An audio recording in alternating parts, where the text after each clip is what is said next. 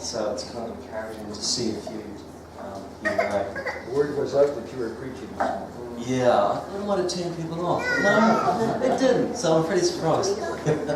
Now my notes are going forward, which is good. Now, I guess it's always sort of typical on the first Sunday of the new year, you tend to look back, tend to look forward to the new year and all the bits and pieces that go through with that. But I sort of want to look back a little bit, you know, and there's a few things that I've sort of considered important to me last year that happened. And I was going to ask you guys, what's one or two of the things that has stood out to you in the last year, the previous year? But I think I'm not going to do that because there's so many years. But one thing that really struck out to me was, as we moved through last year, one shock thing that stood out to me is a really guy that I thought I knew pretty well. He sort of, he passed away, and you know, the comedian Robin Williams, when he passed away last year, I mean, to me that was just a shock. I was just astounded. You know, because what an amazing guy he was. I mean, he was a good actor and comedian, and he really surprised me with, you know, whenever he left a room full of people, he would always leave a smile. Right? And it was just amazing when you think of all the programs and stuff that he worked in, all the comedian stuff that he did. It all seemed so positive, and yet in that man's life there was so much turmoil. And I don't know how many people would ever pick that up. And even maybe the people who were close to him. And, to see that his death was self-inflicted was even harder to accept, because that's not the person who we saw. And obviously there was a lot going on behind the scenes that nobody knew. And behind the scenes is really hard because you know you never really know exactly what's going on behind the scenes in someone's life. And if we look at you know, another guy who was what you call a comedian, but Bill Cosby, of course, being on trial in the States. I mean, I remember listening to him as a kid, and I remember thinking to myself, oh, this guy's so wise and so smart. He remember he used to do the kids' programs, you know, and he would introduce them, and this big guy, you know, with a big smiling face, talking about, hey, you know, introduce the program with Fat Albert. Do you remember that? That was great. But behind the scenes, maybe there was more going on than we thought, and that's certainly not the background. You know, and another person too that really surprised me was the All Black and ex-league player Sonny Bill Williams. He was an All Black. Didn't really rate him. He's just okay, you know, and he plays rugby better than that, you know. But there's more to him than thought going on too.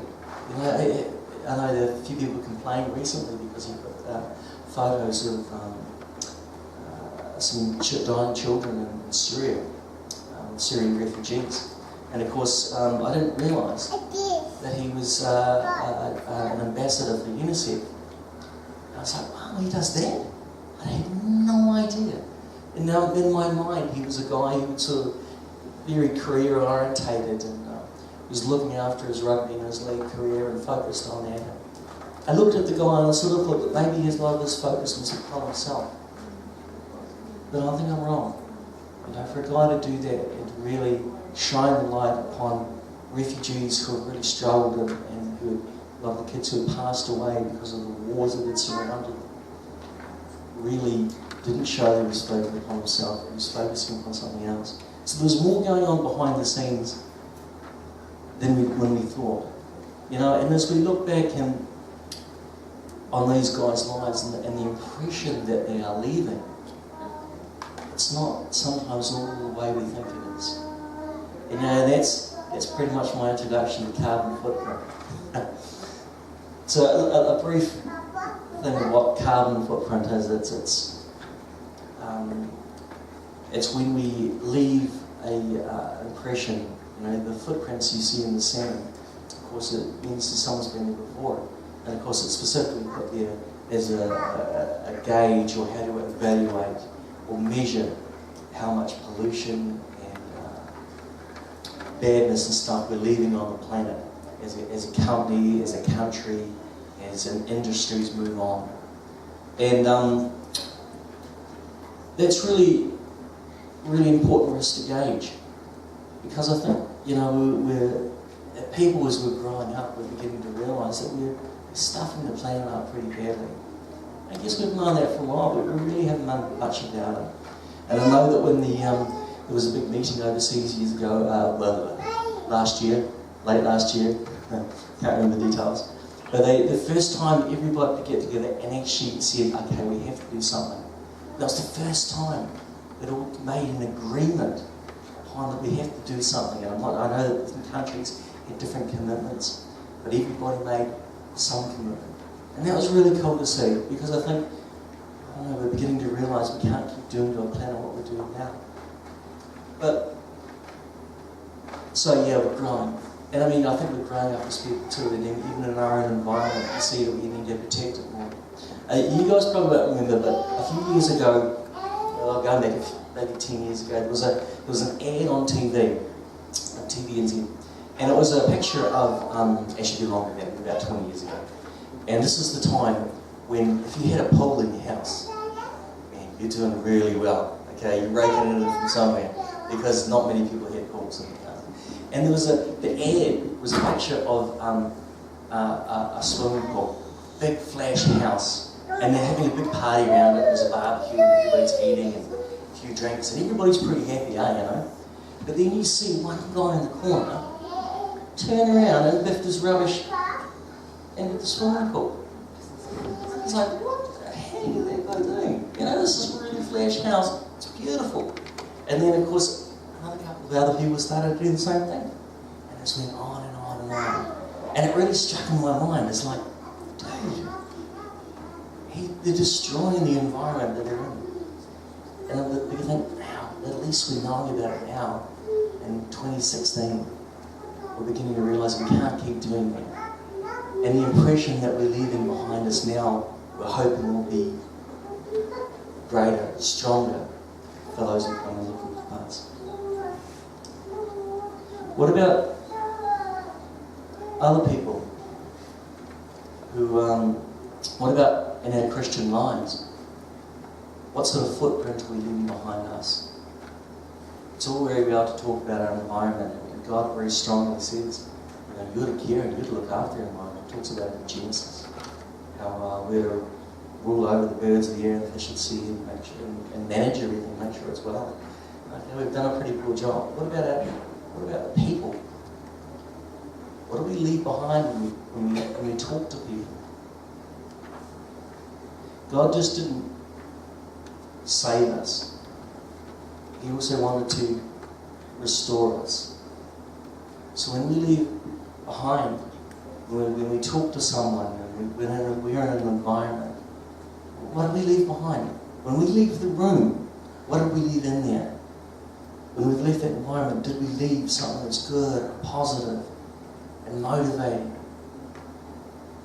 Or did we leave an aggression and stir up spirits? What did we leave behind us? God wants us to grow. And I think we have this terrible vision in Christian churches that growth is very sudden. It just, bam, it just happens. I've heard a few other people talk about our lives like a garden, and God is the gardener of the garden.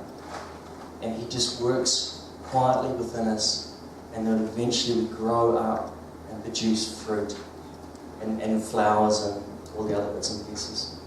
It's interesting when you look at plants. I mean, I'm not really a good gardener, so I'll probably get corrected in this, but when you look at fruit and garden and flowers and all the bits that go with it, I know that if a plant is not doing well, it will not produce fruit and it will not produce flowers.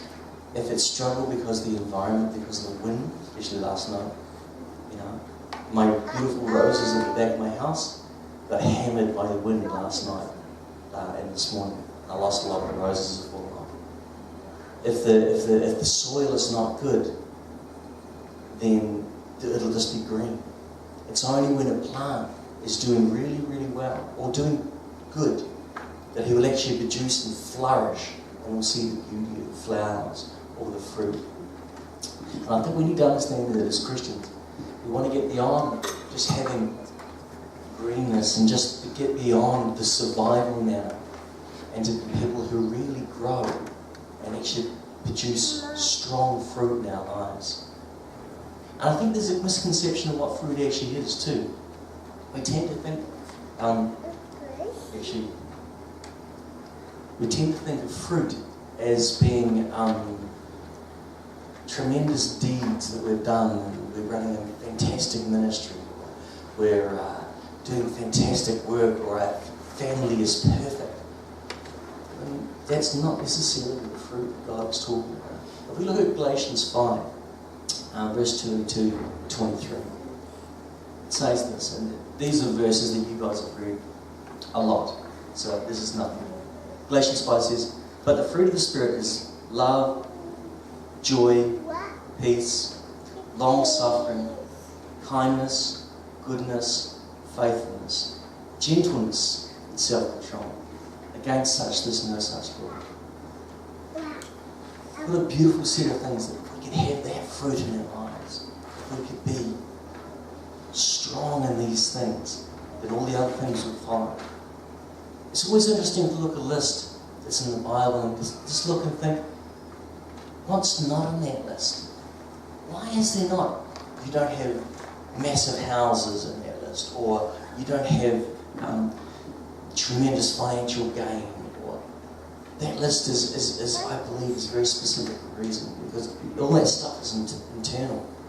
All that stuff is stuff that we have inside of us, and that God wants to grow out. And that's where all these blessings and stuff start from. It's when God changes what stuff that's within, and then we move out. When we have these things inside of us, all these things that make us and turn us into a beautiful person, then we will begin to see these things will begin to rub off on other people, and we don't become an aggressive person who stirs up other aggression in other people. Yes. We don't become an angry person who stirs up that within other people too. As you have a soft, gentle, beautiful spirit towards other people, we begin to see that well inside other people as well. And that's a footprint that we really want to leave with other people. And I think that's a beautiful thing. When I was, I grew up in a small farmland down south. And for those who sort of know South, there's a Macquarie shop. You know where the Macquarie shop is. It's South. Anyway, so we grew up there. My dad grew up in the shop out the back, and my granddad was the store owner. Grandma used to sell eggs and stuff from the store, and Grandma used to play the organ in the church. It was just along, and that area was basically just a small set of houses. Ours was one, and the school was on the other corner, then the telephone exchange, and then the shop and the church. That was pretty much that where we were back in the day. And yes, my dad grew up in the shop there, and eventually we grew up, got married, and they built a house next to it too. And that's where I grew up. And as a young lad, I wanted to. I was a bit of a toe rag when I was younger. I know, surprises. Anyway, so me and another guy, Willie, we used to we got on pretty well. He was a bit of a toe rag as well, and we used to edge each other on and stuff. And as only 6, 7, 8-year-old kids, we got up to mischief a few times. And my grandfather had long sold the shop by this stage, but it was so we used to get out of the shop and I'd rock in there and start chatting to the store owner. Willie and mate, he'd slip out the back and start breaking off stuff and slipping up his jersey and stealing it. Now, I was all part of the plan. I'd maybe buy something small and he would sleep. But, that was, as a young kid, not good. And we got away with it, I don't know, a lot of times, and it was bad for kids because we just thought we were indestructible. Until, of course, eventually we got caught. And I'll never forget my mum just chatting away to me and saying, "Look, why, this is bad, and you have to go down there and apologise." And hand, you know. And I just had my head down, I was looking at the floor. And then my mum said to me, I'm not going to tell Grandma because it would break her heart. And it would have. She was a very strong, godly lady. And it would have really, really affected her to know her beautiful little boy, the only son of 9 grandchildren, all the best girls. And she had such hopes for me and stuff, and we were just being so bad. And my mum said that to me, and I just looked up at Mum and I thought, I wouldn't want that. I wouldn't want to sow and leave that with my grandma's heart, because it would have broken her heart. She would have been so disappointed with her grandson. And, you know, we have to be careful what we do, because sometimes the things we do actually break someone's heart. We have to be careful that our behaviour doesn't destroy other people's spirit. So when we leave something behind again, you know, what's our footprint? What are we actually leaving behind if we look back? Man, I wouldn't want to break my grandma's heart. And this is just not some talk about doing good, you know. It's not some sort of talk where I say, do good, you know. Because I heard that when I was younger all the time. A lot. Do this, don't do that. You know, what did you get for, you know? And it was a whole bunch of very much rules and stuff. And that frustrated me. And you know what? I don't even see that in the New Testament anymore. I really don't look at that and think that's a way to reduce good behaviour. It's telling people don't do that, do this. I mean, we need rules, don't get me wrong. Imagine the road without no rules. That would be carnage. Imagine your life without rules. That would be carnage too. But I think that the way that people change is when they learn that they don't want to destroy other people's hearts. And that's a completely opposite way of looking at it. You know, it's void of all these rules of do's and don'ts. But don't do something that's going to break like your grandma's heart, because that's plain to see. And that's something that you can feel very, very strongly. And that's better because that comes from within. Otherwise, we're trying to force each other not to do this and that, and the rules become very much hurdles that you have to try and get over to be something, but that doesn't change what's inside you. God wants to change what's in you. He wants those fruits of spirits to be in you. And then as they flow out, then the behaviour changes, not the other way around. And I think it's really important, you know. So what do you leave behind you with this year? When you think about all the Christian behaviour and all the people you've met, what have you left behind you with them? What do they think? Did they leave better? Do these people that you spoke to here and leave and went away, were they encouraged? Were they respectfully reviewed? Did they feel respected? Did they feel valued? All the people you spoke to last year, did you leave them better than when you found them? What are you leaving behind you as you walk through the Christian life? It's not often that it's nice to have footprints up here, and I often think of that footprints